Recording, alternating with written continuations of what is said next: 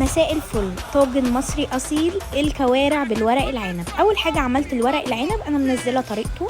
معايا على النار توم ومعلقه كبيره من معجون صلصه الطماطم، وحطيت شوربه الكوارع في محبين الكوارع. بعد ما تتشرب بحط شويه ملح، شويه فلفل، وبحط فلفل اخضر كوبي.